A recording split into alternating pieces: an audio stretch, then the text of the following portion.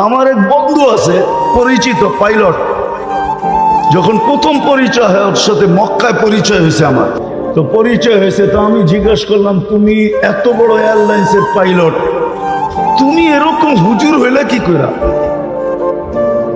তোমার তো হুজুর হওয়ার কথা না, তখনও সে রানিং পাইলট, তোমার তো হুজুর হওয়ার কথা না। তা হাসতেছে আর বলতেছে মুফতি সাহেব আমার জীবনের কাহিনী আছে। আমি একদিন ফ্লাইট নিয়ে যাইতেছিলাম হেথ্রো এয়ারপোর্টে, লন্ডন যাইতেছিলাম, কিন্তু ফ্লাই যখন করতেছিলাম তখন সবই ঠিক ছিল।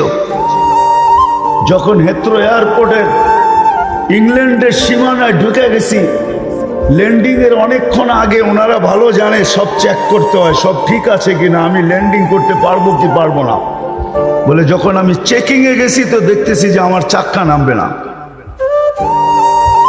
তো আমি টাওয়ারের সাথে যোগাযোগ করছি যে আমার সিস্টেম তো বলে আমার চাক্কা নামবে না, আমি তো বহু দূর থেকে আসছি, 8-9 ঘন্টা ফ্লাই করে আসছি, আমার তো ফুয়েলও নাই, তেল এতটুকু নেই যে আমি আমার জায়গায় ফেরত যাব।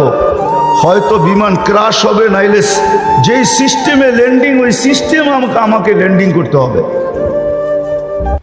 বলে পুরা হেথ্রো এয়ারপোর্টের ভিতরে ইংল্যান্ডে শোরগোল শুরু হয়ে গেছে যে এই ফ্লাইট নামবে কি করে। কিন্তু ওনারা ভালো জানে এরকম পরিস্থিতিতে ফ্লাইট কিভাবে নামে, সিস্টেম আছে দুনিয়াতে, তোরা সমস্ত ব্যবস্থা রেডি করছে। কিন্তু ওই পাইলট বলতেছিল শোনো, হঠাৎ আমার একটা কথা মনে উঠছে যে আমি একদিন লন্ডনে ডিউসবারি মার্কাজে, ইঞ্জিনিয়ার সব চিনেন, ডিউসবারি মার্কাজে বয়ান শুনতেছিলাম যে আল্লাহ সব পারে, আল্লাহ আল্লাহ আল্লাহ সব পারে।